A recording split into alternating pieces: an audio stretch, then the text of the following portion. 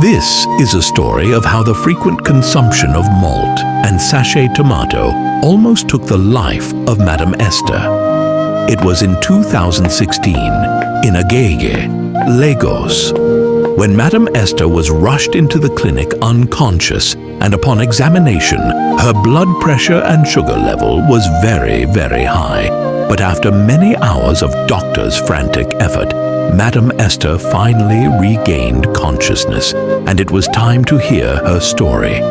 She explained that she had been feeling weak for weeks, her legs tingling, her hands often numb, and her head light like paper floating in the wind. She continued by saying she told one of her friends, who said her blood volume must be low, and advised her to start drinking the mixture of sachet tomato and malt every morning and every night to boost it. So every morning before going to her shop, she would mix a sachet of tomato and a bottle of malt inside a glass cup and drink it. She would repeat the same mixture at night too. People around her encouraged it. "It works. Malt and tomato is a very powerful blood booster," one woman told her. Esther smiled and became comforted by their words. But something strange began to happen. Instead of feeling stronger, she became weaker. Her vision blurred the more, and she often felt like her legs were shaking.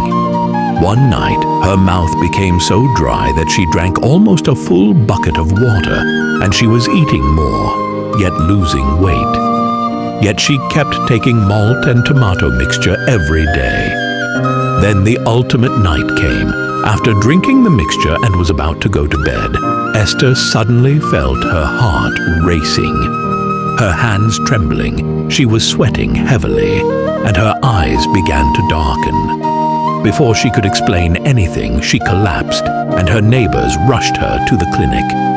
The nurse exchanged a look with the doctor and the dietitian in the room. The doctor sighed and said, "Madam, your blood sugar and blood pressure was dangerously high, and you nearly died. Malt and tomato didn't help you. They almost killed you." Esther's eyes widened in shock. "But I thought it gives blood," she asked. The doctor nodded sadly.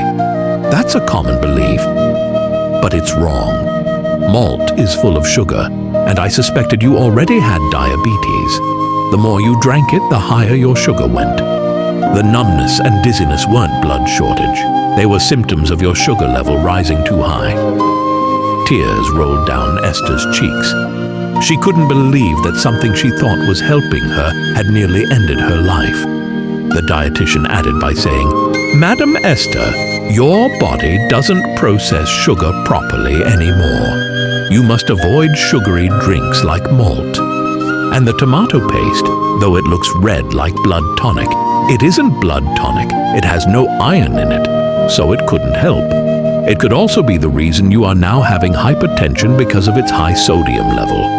What your body needs now are real foods, beans, some fruits, not all, vegetables, fish, and enough water, and above all, regular checkups." From that day, Esther changed completely.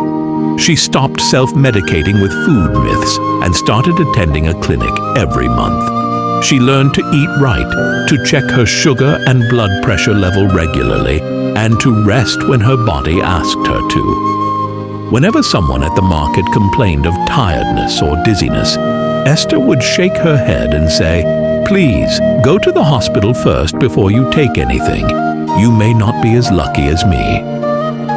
Moral of the story: not everything that sounds right is true, and in many African homes, food myths have replaced medical truth, and they have killed so many people silently. Don't be part of that statistics. And remember to always eat right, check your health regularly, and never treat yourself with superstition.